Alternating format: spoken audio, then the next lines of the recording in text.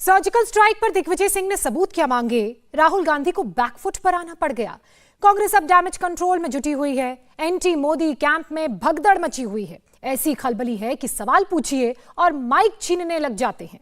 Life में पहली बार राहुल गांधी को यह कहना पड़ा कि नरेंद्र मोदी की लाइन सही है। पहली बार राहुल गांधी को यह मानना पड़ा कि मोदी सरकार के वक्त जो सर्जिकल स्ट्राइक हुई वो स्ट्राइक बिल्कुल सही थी और सेना से कोई सबूत नहीं मांगे जाने चाहिए। पाकिस्तान की बात करें तो यहां सबसे ज्यादा किस मोदी विरोधी नेता को देखा गया। पाकिस्तान में सबसे ज्यादा किस मोदी विरोधी नेता की रेटिंग हाई रही। जो नेता मोदी से यहां चुनाव हार चुके हैं वो पाकिस्तान में टॉप ट्रेंडिंग क्यों है, यह समझने के लिए आप हमारी रिपोर्ट देखिए। देखिए इस्लामाबाद में कौन ट्रेंड कर रहा है। नोट कीजिए पाकिस्तान के सिंध प्रांत में किसके चर्चे हैं। ये सब घर से ही हैंडीक्राफ्ट का बिजनेस करके हर महीने लाखों कमाते हैं। आपको भी ये करना है, इनसे सीखना है तो फ्रीडम ऐप को अभी डाउनलोड कीजिए। राहुल जम्मू के रास्ते कश्मीर की ओर बढ़े तो पाकिस्तानी गूगल सर्च करने लगे। रावलपिंडी से पेशावर तक पाकिस्तानी भारत जोड़ो यात्रा राहुल और कश्मीर को ही ढूंढने लगे।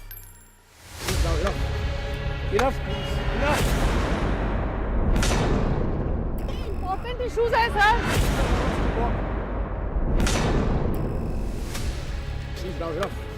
बिल्कुल वही हुआ जिसका अंदेशा था। Important issues है सर। इधर दिग्विजय पुलवामा और सर्जिकल स्ट्राइक का जिक्र करके मोदी पर स्ट्राइक की। Important issues है सर।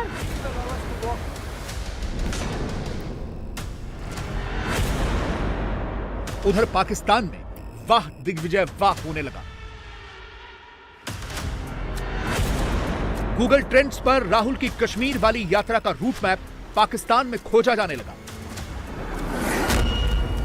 टाइमिंग नोट करने वाली है।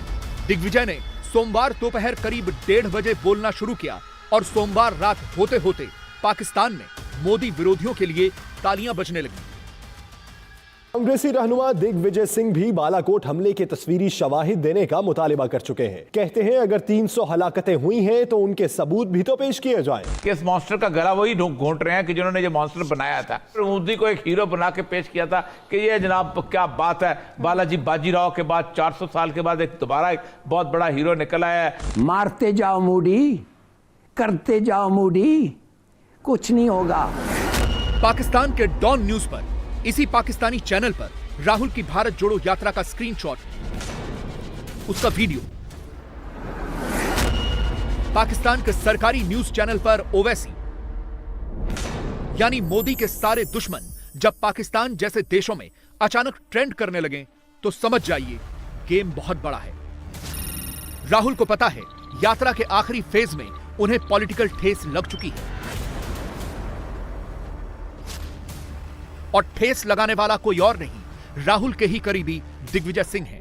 इसलिए राहुल ने सेना पर दिए विवादित बयान के बाद दिग्विजय को ही साइडलाइन कर दिया और प्रो आर्म्ड फोर्सेस वाली लाइन पकड़ ली। कहने की बात है जो दिग्विजय सिंह जी ने कहा उससे मैं बिल्कुल अग्री नहीं करता हूं। हमारी आर्मी पर हमारा पूरा ट्रस्ट है। अगर आर्मी कुछ करे सबूत देने की कोई जरूरत नहीं है। तो मैं पर्सनली उनके स्टेटमेंट से कंप्लीटली डिसएग्री करता हूं और कांग्रेस पार्टी की ऑफिशियल पोजीशन भी यही है कि वो दिग्विजय जी का पर्सनल ओपिनियन है, वो हमारा ओपिनियन नहीं है। 2019 से राहुल ने इतना तो सीख लिया है कि सेना पर सवाल नहीं उठाना चाहिए और जो सवाल उठाए उसे साइडलाइन करना है। राहुल जैसे ही ये बातें कहते हैं, भूल सुधार करते हैं, सोशल मीडिया पर ट्रेंड शुरू हो जाता है। हर हैंडल पर राहुल का वही बयान घूमने लगता है। मगर राहुल जो कहते हैं और जो करते हैं उसमें कितना फर्क है, आपको आज कुछ एग्जाम्पल से समझाते हैं। पहले राहुल के 2 बयान सुनिए।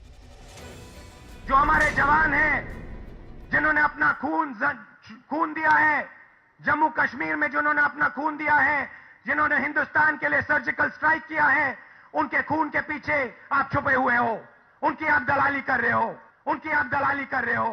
उनकी आप दलाली कर रहे हो, उनकी आप दलाली कर रहे हो, उनकी आप दलाली कर रहे हो। ये बिल्कुल गलत है। जो हमारे जवानों को अरुणाचल प्रदेश में पीट रहे हैं, जो हमारे जवानों को अरुणाचल प्रदेश में पीट रहे हैं, जो हमारे जवानों को अरुणाचल प्रदेश में पीट रहे हैं। सोचिए, जो राहुल आज देश की सेना पर अपना पूरा ट्रस्ट दिखा रहे हैं, वही राहुल अपनी भारत जोड़ो यात्रा के दौरान भी सेना का अपमान कर चुके हैं और समय समय पर विवादित बयान भी देते आए हैं। तो चलिए राहुल के दिए विवादित बयानों की पूरी फाइल खंगालते हैं, आपको सबूत दिखाते हैं। 23 जून 2022 राहुल ने पूछा था, क्या चीन ने भारतीय जमीन पर कब्जा किया है? वो भी तब जब सेना खुद बयान दे चुकी थी कि कोई कब्जा नहीं हुआ है। 8 दिसंबर 2018 जब राहुल ने आरोप लगाया था कि मोदी ने सर्जिकल स्ट्राइक का सियासी इस्तेमाल किया, ये कहकर भी उन्होंने सेना के शौर्य का अपमान ही किया। 14 फरवरी 2020 को राहुल ने पुलवामा पर ट्वीट किया था, पूछा था इस हमले से सबसे ज्यादा फायदा किसको हुआ? निशाने पर मोदी ही थे। बात सिर्फ कांग्रेस पार्टी की टॉप लीडरशिप की नहीं है, सेना पर विवादित बयान देने वाली पूरी की पूरी फौज राहुल ने खड़ी कर रखी है। राहुल आज भले ही दिग्विजय के बयान से किनारा करके बैठे हैं, मगर सच ये है कि सब के सब खुद ही रिपीट ऑफेंडर्स हैं और निजी विचार कह देने भर से पाप नहीं धुल जाएंगे।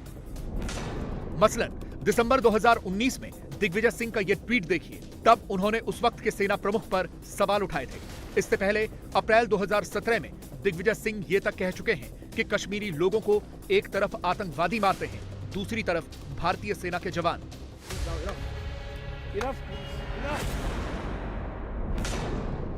इम्पोर्टेंट इश्यूज है सर। ये सब कुछ पब्लिक डोमेन में है। प्रधानमंत्री खुद संसद में कह चुके हैं, राहुल से पूछ चुके हैं कि क्या ऐसी भाषा का इस्तेमाल करना उन्हें शोभा देता है। इम्पोर्टेंट इश्यूज है सर। देश के सेनाध्यक्ष को गुंडा कहा करने वाले कांग्रेस कहते मोदी इंस्टीट्यूट बर्बाद कर रहा है। कहानियां घड़ी जाती है तख्ता पलट करने की।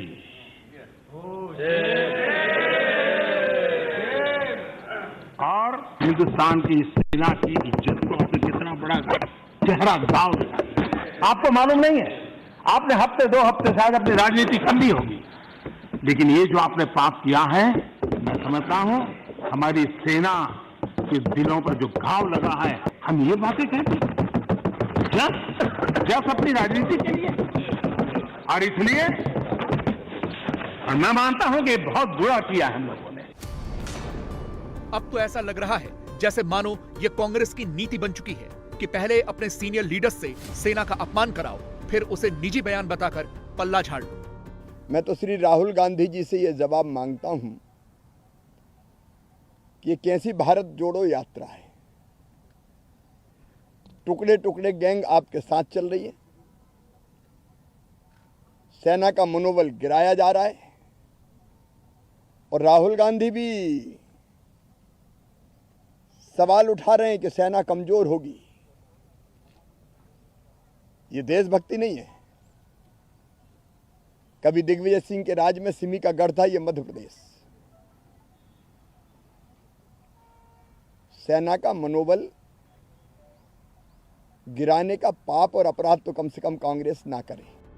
स्टेज पर मंच लगता है तो दिग्विजय सर्जिकल स्ट्राइक के सबूत मांगते हैं, और जब यात्रा में राहुल के साथ पैदल मार्च निकालते हैं तो राहुल के करीबियों की नजर भी उन्हीं पर रहती है। जयराम सब सुनते रहते हैं, देखते रहते हैं, और मौका मिलते ही माइक हटाकर, कैमरा हटाकर दिग्विजय को बोलने से रोकते हैं। मोदी पर अटैक करते हैं। डर साफ है, और वो डर ये है कि कहीं दिग्विजय फिर कुछ गड़बड़ न कर दें, कश्मीर में एंट्री से पहले ही राहुल को सियासी घाटा न पहुंचा दें। आपके अपने बयान पर कायम है सर, पार्टी ने किनारा कर लिया आपके बयान That से। is the bulkiest charge sheet that says the 19 people were in that charge sheet, including Masood Azhar, handiwork of Pakistan.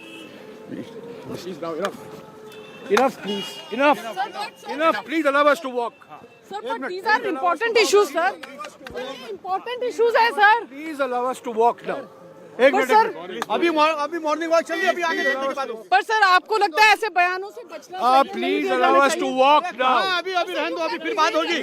चलो अभी 10 मिनट के बाद प्रधानमंत्री से एक सवाल पूछिए। अरे यार 10 मिनट के बाद प्रधानमंत्री से सवाल पूछिए। क्वेश्चन प्रधानमंत्री से सवाल पूछिए। प्रधानमंत्री से सवाल पूछिए। हम सवाल प्रधानमंत्री से सवाल। आपको लगता है इस तरह की बयानबाजी जो है दिग्विजय सिंह जी के बयान पर कांग्रेस पार्टी का स्टैंड मैंने कल स्पष्ट भाषा में, सरल भाषा में, अंग्रेजी और हिंदी में कल शाम को ही 6:30 बजे मैंने ट्विटर के द्वारा डाला था। उसके ऊपर मैं और कुछ नहीं कहूंगा। मैंने जनाब जयराम रमेश का वीडियो आज कई बार देखा और आपने भी देखा होगा। वो सवाल करने से रोक रहे थे फिजिकली, और दिग्विजय सिंह उतने ही उत्साहित थे बोलने के लिए। हमारे ऊपर तो बहुत आरोप लगाते हैं आप कि बीजेपी लोकतांत्रिक है, बीजेपी ये करती है, वो करती है, और हमारे प्रधानमंत्री पर तो क्या क्या किस तरह के घटिया बातें कही जाती हैं मुझे बताने की जरूरत नहीं है। ये आप क्या कर रहे थे? कम से कम भाजपा के लोग सवाल पूछने से रोकते नहीं हैं। सवाल आप पूछते हैं, पूछिए। लेकिन आज जो उनका आचरण हुआ तो उनको मालूम है कि जवाब नहीं है, उनको मालूम है कि कांग्रेस पार्टी का रुख स्पष्ट नहीं है, इसलिए समस्या होती है।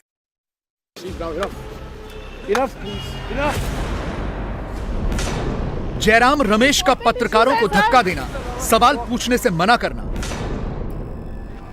ये सब घर से ही हैंडीक्राफ्ट का बिजनेस करके हर महीने लाखों कमाते हैं। आपको भी ये करना है, इनसे सीखना है तो फ्रीडम ऐप को अभी डाउनलोड कीजिए।